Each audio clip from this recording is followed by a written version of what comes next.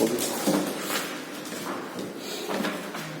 तो आज हम पढ़ेंगे प्रॉपर्टी यानी गुण पढ़ेंगे आज हम। कल हमने रोक दिया था, कल आप लोगों को बोला था कि भाई ये जो आपकी कंडीशनल प्रोबेबिलिटी है, तो आज हम जो पढ़ेंगे कंडीशनल प्रोबेबिलिटी की प्रॉपर्टीज यानी गुण। तो देखो गुण क्या क्या है इसके अंदर, वो मैं तुम्हें बताने जा रहा हूँ। कंडीशनल प्रोबेबिलिटी के गुण पहले थोड़ा सा कल का याद दिला दे, थोड़ा सा। देखो कल वाली बात को अगर मैं याद करूं तो कल आपने पढ़ा था probability of E by F is equal to, क्या पढ़ा था? Probability of E intersection F upon probability of, यानी दोनों का आप इंटरसेक्शन कर दें और फिर आप अपोन में अपोन वाला लिख दें। यही था कल की बातें। पढ़ी जाके नहीं पढ़ी? देखो भाई पढ़ोगे तो समझ आएगा। अब इसी चीज को मैं ऐसे भी लिखता था, number of E intersection F और नंबर ऑफ F, ऐसे भी मैं इसको लिखता था। It's okay. अब इसके जो गुण हैं, सबसे पहला गुण आता है, पहला जो गुण है उसमें है आपके पास probability of S by F, probability of S by F और probability of F by F is equal to 1। यही तो है पहला। देखो ये कैसे होगा, आप अगर यहां देखो S means sample space, sample space यानी जिसके अंदर सारे आ जाए, जिससे हमें ये ना पता लगे प्रोबेबिलिटी किसकी ज्ञात करें, सारे ही इसके अंदर है। तो अगर मैं इसका फॉर्मूला ब्रेक करता हूं, probability of S by F is equal to, तो जहां भी कंडीशनल प्रोबेबिलिटी दिखती है तो उसका फॉर्मूला क्या होता है? Probability of S intersection F और probability of P of F। Clear होगी बात? अब बात ये आई कि अगर आप S का इंटरसेक्शन F के साथ करते हो तो इंटरसेक्शन का मतलब कॉमन नहीं है, तो कॉमन में कौन आएंगे? S का मतलब तो ऑल, पूरा स्कूल। S माना पूरे स्कूल के बच्चों का समुच्चय, F माना केवल मैथमेटिक्स के बच्चों का समुच्चय। तो जब मैं S का और F का इंटरसेक्शन करूंगा तो केवल मैथ्स वाले बच्चे नहीं आएंगे, नहीं समझे? तो इसका मतलब क्या आएगा इसके बदले? केवल F। S इंटरसेक्शन F क्या आएगा? F। समझ रहे हैं ना? इंटरसेक्शन से भी बच्चे और पूरे के अपॉन में आ गया आपके पास probability of F is equal to 1। Okay. अब सेकंड वाले को देखो आप, इसको, इस सेकंड वाले में क्या देख रहे हैं आप? Probability of F by F is equal to F intersection F और F। जब आप F का इंटरसेक्शन F के ही साथ करोगे तो क्या आ जाएगा आपके पास? P of F, P of F is equal to 1। मुझे उम्मीद है पहली प्रॉपर्टी वेरी इजी थी और तुम लोग आसानी से इसको समझ भी गए। अब आप परगुण नंबर दूसरा लिखेंगे यहाँ से। परगुण दूसरा जो है काफी इंपॉर्टेंट है। परगुण दूसरे में है probability of A union B, probability of, इसको आप बड़ा ब्रैकेट लगाएं और यहां लिखें A union B by F। ठीक है? हाँ भाई, probability of A union B by F। तो इसका जो फॉर्मूला आएगा वो क्या आएगा? Probability of A by F, probability of B by F minus probability of A intersection B और बाई F। ठीक होगी बात? यहां तक कोई दिक्कत वाली बात नहीं है। तो अब इस फॉर्मूले को हमें प्रूव करना है। तो इस फॉर्मूले को प्रूव करने के लिए सबसे पहले हमने लेफ्ट हैंड साइड ले ली। तो लेफ्ट हैंड साइड लेने का मतलब यही चीज हमने लिख दी। तो जब मैंने ये चीज लिख दी तो यहां अपने कंडीशनल प्रोबेबिलिटी का फॉर्मूला अप्लाई कर दिया। तो कंडीशनल प्रोबेबिलिटी क्या कहती है सुमित मेहरा? कंडीशनल प्रोबेबिलिटी का क्या था फॉर्मूला? सचिन जोशी, नीतू, हाँ हाँ बोलो। P of A union B intersection F और पूरे के अपॉन में P ऑफ F। यही नहीं था? भाई अगर ये ए है या ई है, ये एफ है, पहले दोनों का इंटरसेक्शन, तो इट इज ई, इसको आप ई मान ले और इंटरसेक्शन एफ। ठीक होगी बात? भाई थोड़ा पढ़ के आया करो, मतलब जो कल पढ़ाया था उसको पढ़ा दी तुम दोनों ने। और ये बात मैं पहले दिन से तुम्हें बोल रहा हूँ कि अगले दिन आके पढ़ने का फायदा जब है जब तुम पढ़ो। नहीं तूने पढ़ा आज तो देखो अलग ही खुश हो रही। हाँ नहीं फर्क पड़ता है इसमें, मतलब आप अन्यथा ना लें इस बात को। तो अब आप क्या करेंगे भाई, यहाँ से अब आप यहाँ देखें, ये ए यूनियन बी इंटरसेक्शन, केवल इतने पार्ट को आप देखें। प्रोबेबिलिटी का साइन बाहर है, अंदर जो ब्रैकेट है वो है ही, केवल आप इतने पार्ट को देखें। इसमें लगाया डिस्ट्रीब्यूटिव लॉ। डिस्ट्रीब्यूटिव लॉ यानी अरे जैसे ये नहीं होता आप लोग, अरे जैसे ये नहीं होता x प्लस वाई और बाहर जेड की गुणा कर दी, तो X Z plus Y Z, ऐसे यहाँ f की अंदर क्या कर दी गुणा, तो ये गुणा का निशान है, इंटरसेक्शन यहाँ काहे का काम कर रहा गुणा का, तो क्या आ जाएगा a इंटरसेक्शन f, बीच में प्लस, प्लस का मतलब क्या यूनियन, याद आ गया कुछ, और ये आएगा a इंटरसेक्शन f। ठीक होगी बात यहाँ तक, समझ गए ना फटाक से। और पूरे के अपॉन में आ गया आपके पास p ऑफ f। यहाँ तक की बात सबको क्लियर है? अब तो कोई समस्या वाली बात नहीं रही। अब आप इस पूरे को आप क्या मान के चले a, इस पूरे को क्या मान के चले b। ठीक है, तो अगर आप इस पूरे को a मानते हो, इस पूरे को b मानते हो, तो a यूनियन b नहीं है। और कल मैंने आपको पढ़ाया था, याद करो, कि अगर कहीं probability of a union b आ गया तो इसका मतलब क्या होता था, pa plus pb minus pa intersection. याद आया कुछ भाई तुम्हारे? तो यहाँ आप इसको a मान ले, इसको आप b मान ले। तो अगर आप इसको a b मानते हैं तो प्रोबेबिलिटी ऑफ a का मतलब a intersection f plus probability of b यानी a intersection f minus probability of a का मतलब a intersection f b intersection f, और यहाँ भी क्या आएगा इंटरसेक्शन। ये नहीं होता भाई, ये a है यूनियन b है, तो pa plus pb minus pa intersection p, ये नहीं था अभी लिखवाया।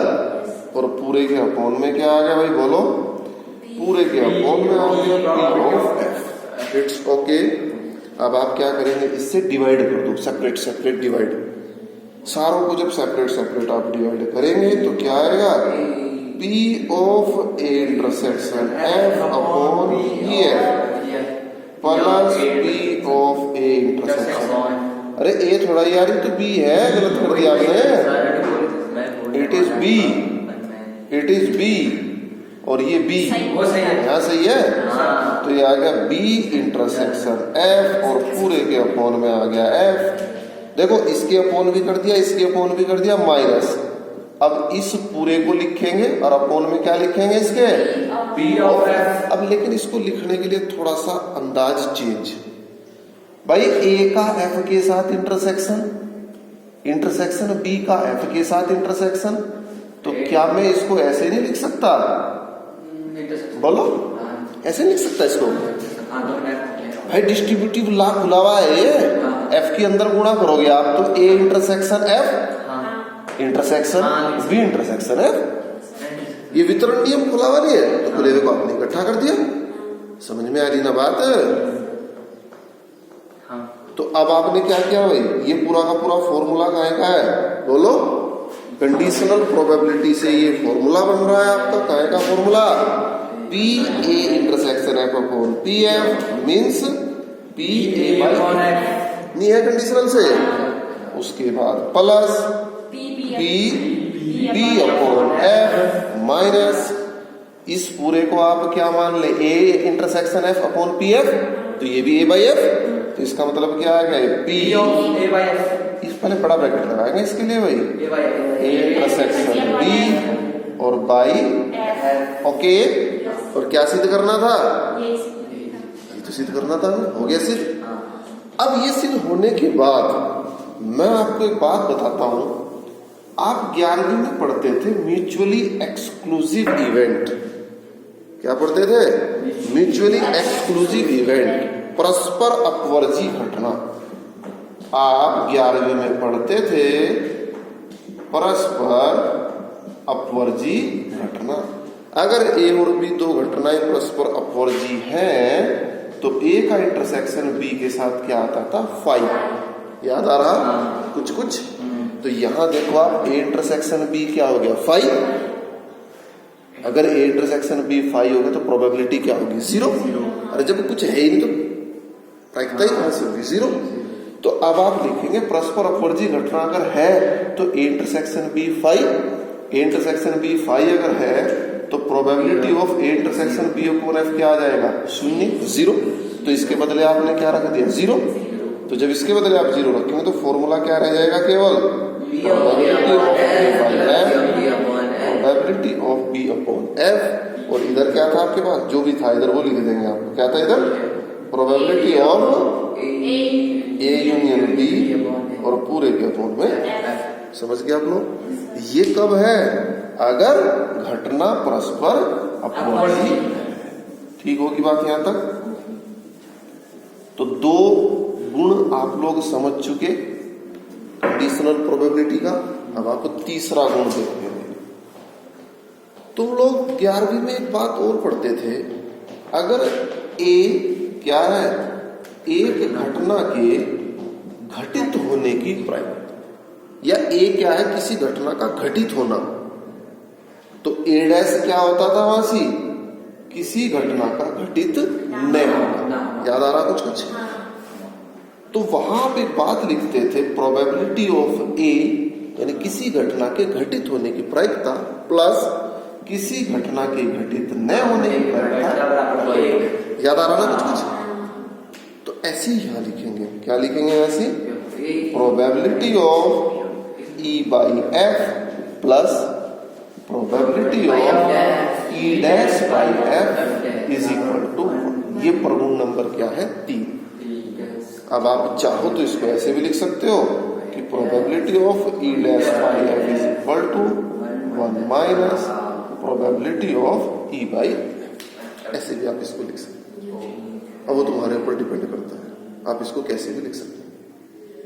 ठीक होगी? तीनों गुण समझ में आ गए? तो पहली एक्सरसाइज से रिलेटेड पूरी थ्योरी हमारी लगभग कंप्लीट। अब पहली एक्सरसाइज के क्वेश्चन और उदाहरण करने का अब हम प्रयास करेंगे। तो बताओ भाई कौन सा क्वेश्चन तुम पूछना चाहते हो? और आज का जो गृह कार्य है वो ये है। उदाहरण कल कितने करा दिए थे? पहला दूसरा निपटा दिया था कल। तीसरा तुमने करा जाके नहीं करा?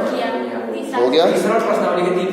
चलो, तो आज जो उदाहरण करोगे आप, चौथा, पांचवा, छठा, सातवां, घर से ट्राई। उदाहरण चौथा, पांचवा, छठा, सातवां आप ट्राई करोगे। सातवां उदाहरण वेरी इंपॉर्टेंट है, नहीं होगा तो मेरे से पूछेंगे आप। ठीक है? अब हम चलते हैं एक्सरसाइज पे। और भाई एक्सरसाइज में एक काम करना, शाम को मुझे याद दिला देना, मैं घर से अपनी किताब के फोटो भेज दूंगा। उसमें क्या है? इसमें बहुत सारी मिसप्रिंट है। कहीं न्यूनतम लिखा है तो वहां अधिकतम है, तो कुछ गलतियां होने की संभावना है। उसमें मैंने ठीक कर रखा।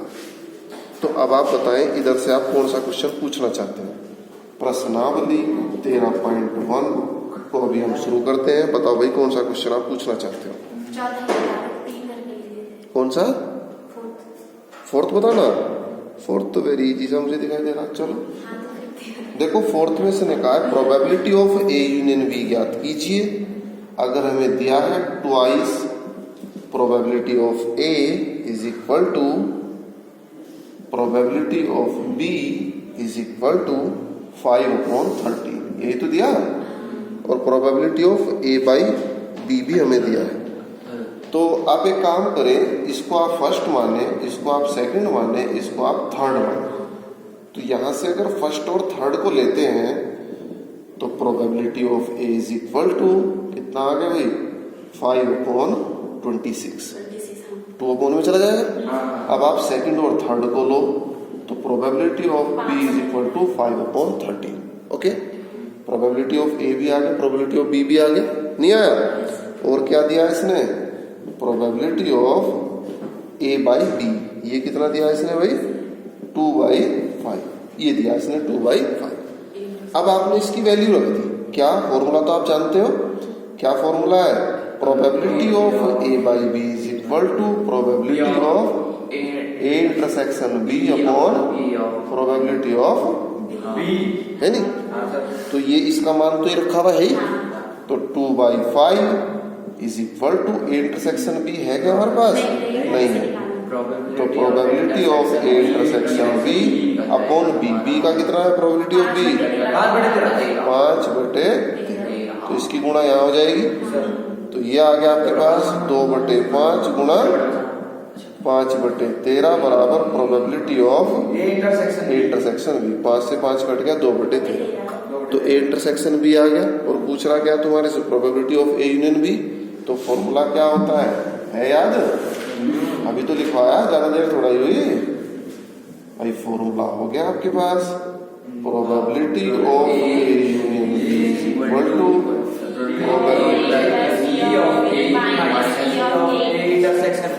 ये भी है आपके पास, ये भी है, बस हो गया। आसान है ना? चलो, तो अब हम इससे आगे बढ़ते हैं। अब आप आगे के जो क्वेश्चन है 6, 7, 8, 9, 10, 11 आज निपटाने हैं भाई सारे, आसान है। तो आप लिखिए 7वां क्वेश्चन, 7वां पासे वाला लिख लो। चलो पासे वाला थोड़ा टिपिकल भी हो सकता है। 8वां लिख लो। चलो 8वें में इसने बोला है एक पासे को 3 बार उछाला गया। तो मुझे लगता है बाकी काम तो बाद में ही करेंगे, पहले पासे को 3 बार उछालने पे सैंपल स्पेस ही लिख दो।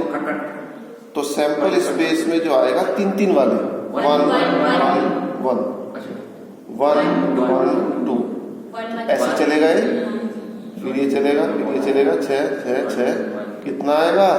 6 गुणा 6।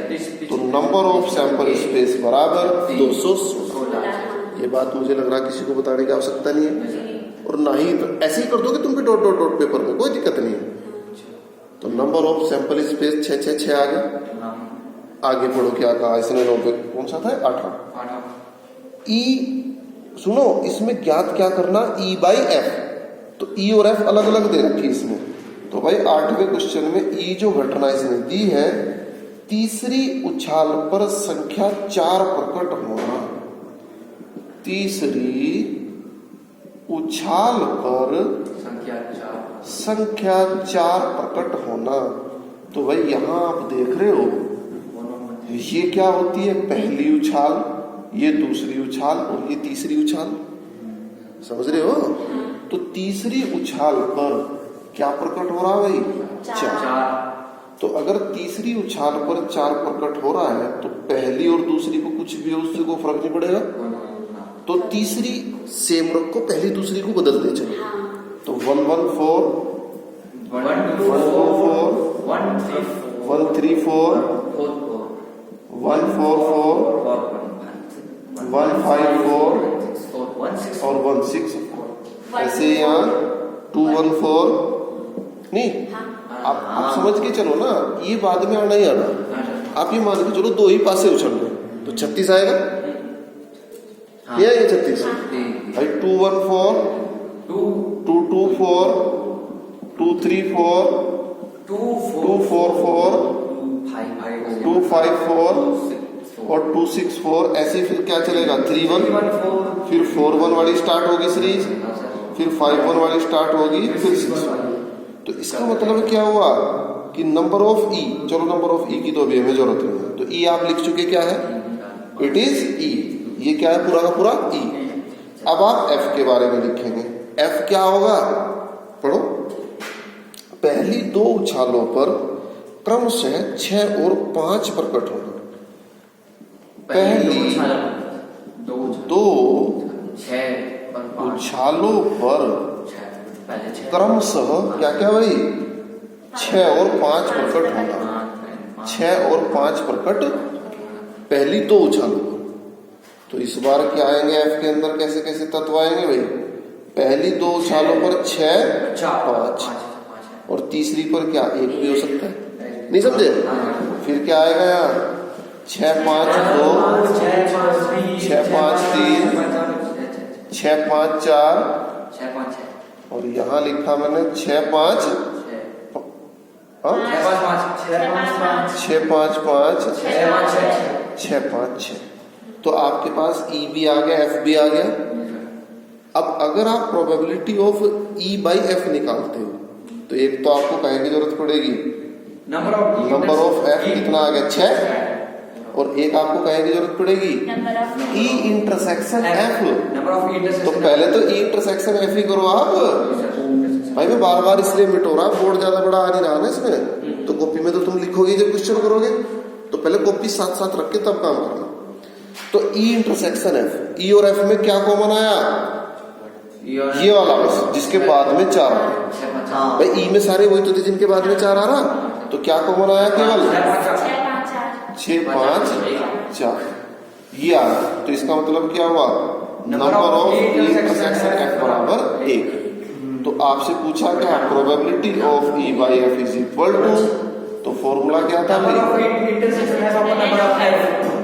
तो इसका मतलब 1/6। This is the. तो मुझे उम्मीद है समझ में आया होगा, कोई दिक्कत वाली बात नहीं। अब मैं आपको पहला पेज निपटवा रहा पूरा, 13वां क्वेश्चन लिखें, इसको मिटा रहा भाई मैं। अब आप 13वां क्वेश्चन लिखें, तो 13वें क्वेश्चन में देखते हैं क्या आएगा। लिखे भाई क्वेश्चन नंबर 13वें में इसने बोला है एक प्रशिक्षक के पास 300 सत्य असत्य प्रकार के आसान प्रश्न, 200 सत्य असत्य प्रकार के कठिन प्रश्न। तो भाई सत्य असत्य में आसान और कठिन है, तो मैं इसको ऐसे लिख लू। यहां लिखा मैंने सत्य असत्य, ये टेबल टाइप बना ली, और यहां क्या लिखा भाई? आसान, नहीं समझे? और यहां क्या लिखा? कठिन। समझ रहे? सत्य असत्य में भी 2 कैटेगरी, आसान और कठिन। पढ़ो कितने कितने हैं? सत्य असत्य में 300 आसान प्रकार के और 200 कैसे है भाई? कठिन प्रकार। यही है ना किताब में। आगे पढ़ो, और क्या कहा इसने? फिर है बहुविकल्पीय। तो सत्य असत्य के बाद क्या? बहुविकल्पीय। बहुविकल्पीय में भी 2 कैटेगरी। क्या क्या कैटेगरी है? किताब नहीं है क्या तुम्हारे पास? बहुविकल्पीय में भी क्या है? 500 कैसे है? आसान, और 400 कैसे है? कठिन। तो आसान के नीचे कितना आ गया? 500, और 400 आ गया। बात क्लियर हुई? अब भाई एक तरीका ये है, पहले पूछा क्या इसने? ये पूछता है भाई पेज उलझ गया। ये पूछता है यदि प्रश्नों के संग्रह से एक प्रश्न यदृच्छा चुना जाता है तो एक आसान प्रश्न की बहुविकल्पीय होने की प्रायिकता। क्या पूछा आपसे? एक आसान प्रश्न की बहुविकल्पीय होने की प्रायिकता। देखो भाई, आसान प्रश्न की बहुविकल्पीय होने की प्रायिकता क्या है? अब या तो तुम इन्हें ई और एफ में मानो कि प्रोबेबिलिटी ई क्या है? आसान प्रश्न चुनने की प्रायिकता। एफ क्या है? बहुविकल्पीय चुनने की प्रायिकता। Probability of E by F यानी आसान प्रश्न हो जबकि वो बहुविकल्पीय ऑटोमेटिकली हो। और मैंने तुम्हें एक बात बताई थी, थ्योरम चाहे जितनी पढ़ लेना, बेसिक फंडामेंटल जो है वो वही रहेगी। क्या? अनुकूल अवसर बटे कुल अवसर। प्रश्न कैसा चाहिए आपको? आसान, और हो कैसा? हो बहुविकल्पीय। तो बहुविकल्पीय टोटल कितने हैं? 500। बहुविकल्पीय टोटल कितने हैं? 900। नहीं है? तो यानी फाइनल जो आएगा आपका जो प्रश्न निकल के होगा तो बहुविकल्पी ही, चाहे वो आसान है चाहे वो टिपिकल है। तो बहुविकल्पी है कितने टोटल हमारे पास? 900। तो कुल आ गया? नहीं आया? अब ऊपर अनुकूल अवसर, अनुकूल में क्या आएगा? केवल आसान। तो आसान कितने आपके पास? मतलब आसान में जो बहुविकल्पीय भी हो वही तो अनुकूल अवसर होगा। तो आंसर कितना आ गया? 9। This is the answer. नहीं समझे? नहीं समझे भाई? तुम मुझे एक बात बताओ, ये कोई बात नहीं, ये कह रहा है कि एक प्रश्न आपने छांटा, वो कैसा हो? आसान प्रश्न की बहुविकल्पीय होने की प्रायिकता। जब आप प्रश्न छांट रहे हो तो आंसर कैसा होना चाहिए? बहुविकल्पीय। तो बहुविकल्पीय के टोटल देख लो कितने हैं। बहुविकल्पीय के टोटल कितने? 900। इसका मतलब कुल अवसर कितने हो गए? 900। अब अनुकूल कौन से होंगे? वे वाले बहुविकल्पीय जो आसान है। PY सचिन जोशी, वे वाले बहुविकल्पीय जो आसान। ऐसे कितने? 5। ये अनुकूल अवसर हो गया काम। तो ऐसे भी आप कर सकते हो, जरूरी नहीं थ्योरम ही लगेगी सब जगह। ठीक है, तो विशेषकर ध्यान देना है, लास्ट वाला उदाहरण बहुत इंपॉर्टेंट है, नहीं होगा मैं बताऊंगा।